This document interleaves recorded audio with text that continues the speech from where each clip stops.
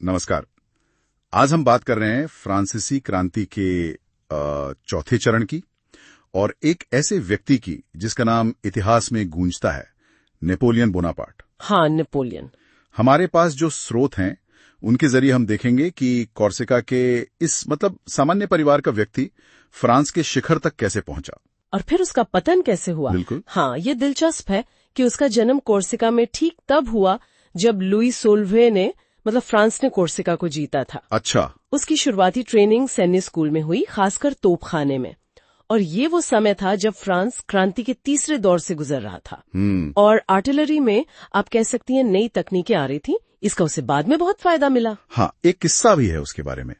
कहते हैं कि किसी हस्तरेखा वाले ने कहा कि उसके हाथ में लेफ्टिनेंट बनने की रेखा नहीं है। अच्छा। तो उसने चाकू से वो रेखा खुद ही बना ली। गजब का आत्मविश्वास या जिद कह लीजिए। हाँ, जबरदस्त इच्छा शक्ति। तो चलिए देखते हैं सफर को। तो सेना में आने के बाद 1795 में उसने टुलोन में जैकोबियंस की विद्रोह को दबाया। हाँ, ये टुलोन वाला मामला बड़ा अहम था। इसी से वो डायरेक्टरी की नजरों में आया। है ना, वो 5 लोगों की कमेटी जो तब फ्रांस चला रही थी। बिल्कुल। ये उसके करियर का एक तरह से टर्निंग पॉइंट था। इस एक सफलता ने उसे एकदम लाइमलाइट में ला दिया। और फिर कद बढ़ा तो जिम्मेदारियां भी बढ़ी।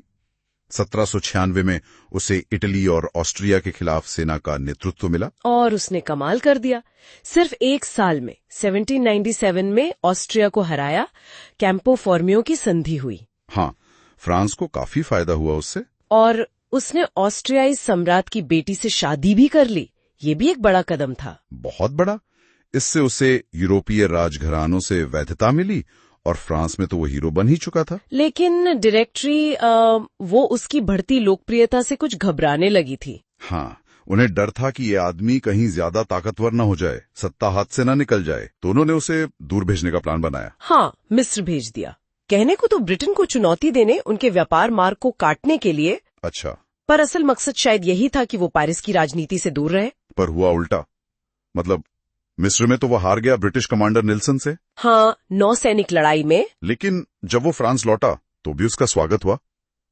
ये बात थोड़ी अजीब लगती है। अजीब नहीं है अगर आप उस समय के फ्रांस को देखें। जनता डायरेक्टरी के राज से, उसकी अस्थिरता से, भ्रष्टाचार से बिल्कुल तंग आ चुकी थी।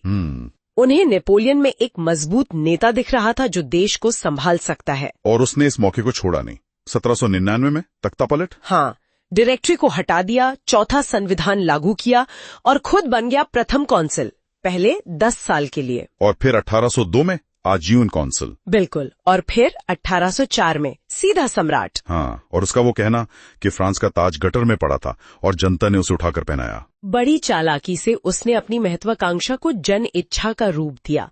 बहुत कुशल राजनीतिक चाल थी ये। सम्राट बनने के बाद उसका सबसे बड़ा काम शायद नेपोलियन कोड था। निसंदेह सिविल, क्रिमिनल, ट्रेड कानूनों का पूरा संग्रह है और वो खुद इसे अपनी 40 जीती हुई लड़ाइयों से ज्यादा महत्वपूर्ण मानता था। और शायद सही भी था। इसका असर तो फ्रांस से बाहर भी बहुत दूर तक हुआ। बिल्कुल। आधुनिक नागरिक कानूनों की नींव रखी इसने कई देशों में। ये उसकी सबसे स्थायी विरासतों में से एक है। सैनिक मोर्चे पर भी वो रुका नहीं। ऑस्ट्रिया, प्रशा, रूस सबको हराया। हाँ, 1805, 1806, 1807 यूरोप पर उसकी पकड़ मजबूत होती गई। उसने यूरोप को असल में 3 हिस्सों में बांट दिया था। कुछ सीधे उसके नियंत्रण में, कुछ उसके अधीन, कुछ सहयोगी। सिवाय ब्रिटेन के। ब्रिटेन उसका कांटा बना रहा। हाँ, और उसी ब्रिटेन को झुकाने के लिए उसने वो महाद्वीपीय व्यवस्था या कॉन्टिनेंटल सिस्टम लागू किया। यूरोप का कोई देश ब्रिटेन से व्यापार नहीं करेगा, ये प्लान था। हाँ, लेकिन ये प्लान बुरी तरह फेल हुआ, बल्कि उल्टा पड़ गया। कैसे? देखिए, फ्रांसीसी उद्योग इतना सक्षम नहीं था कि वो ब्रिटिश माल की जगह ले सके। तो पूरे यूरोप में सामान की किल्लत हो गई, महंगाई बढ़ गई, कालाबाजारी होने लगी। अच्छा। तो लोगों का गुस्सा नेपोलियन पर ही निकलने लगा। बिल्कुल। इसी वजह से स्पेन में विद्रोह हुआ। रूस के जार अलेक्जेंडर ने भी यह सिस्टम मानने से मना कर दिया। और यहीं से उसके पतन की असल शुरुआत हुई। हाँ, 1812 का रूस अभियान, ये उसकी सबसे बड़ी विनाशकारी भूल साबित हुई। 6 लाख सैनिक लेकर गया था वो। सोचिए। और रूसी सेना ने क्या किया? स्कॉर्च्ड अर्थ नीति अपनाई। पीछे हटते जाओ और सब कुछ जलाते जाओ, फसलें, गांव। ताकि दुश्मन सेना को रसद न मिले। बिल्कुल।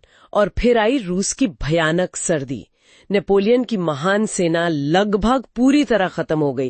कहते हैं मुश्किल से 20,000 सैनिक वापस लौट पाए। बाप रे, 6 लाख में से सिर्फ 20,000? हाँ, इस हार ने यूरोप में उसके दुश्मनों को फिर से हिम्मत दी। चौथा गठबंधन बना। और 1813 में लिपजिट्टी लड़ाई, जिसे राष्ट्रों की लड़ाई भी कहते हैं। हाँ, उसमें उसकी हार हुई और उसे पकड़कर एल्बा द्वीप भेज दिया गया, निर्वासित करके।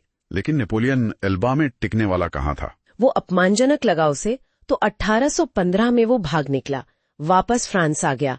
और कमाल देखिए, लोगों ने फिर उसका स्वागत किया। शायद वो पुराने गौरवशाली दिन याद आ गए होंगे लोगों को। हो सकता है, लेकिन ये वापसी सिर्फ 100 दिन चली। 1815 वाटरलू की लड़ाई, ड्यूक ऑफ वेलिंगटन। हाँ, वेलिंगटन या वेलेस्ली जैसा कुछ स्रोतों में है, के हाथों उसकी अंतिम और निर्णायक हार हुई। और इस बार उसे बहुत दूर भेजा गया। सेंट हेलेना द्वीप, अटलांटिक में। हाँ, जहां से भागना नामुमकिन था। वहीं 1821 में उसकी मृत्यु हो गई। कहते हैं उसके अंतिम शब्द थे, एबल वॉज़ाई एरेआसो एल्बा, एक पैलिंड्रोम। हाँ, मतलब आगे पीछे से एक जैसा। योग्य तो मैं था जब तक मैंने एल्बा को नहीं देखा था।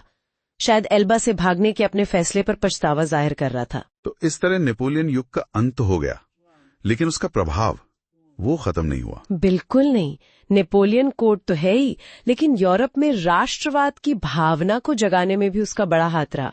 युद्ध के तरीकों में बदलाव लाया। उसकी विरासत बहुत जटिल है। सच में ये सोचना भी हैरत अंगेज है कि कैसे एक व्यक्ति का उदय और पतन पूरे महाद्वीप का नक्शा और इतिहास बदल सकता है। और उसकी गूंज आज भी हमें सुनाई देती है, अलग अलग रूपों में।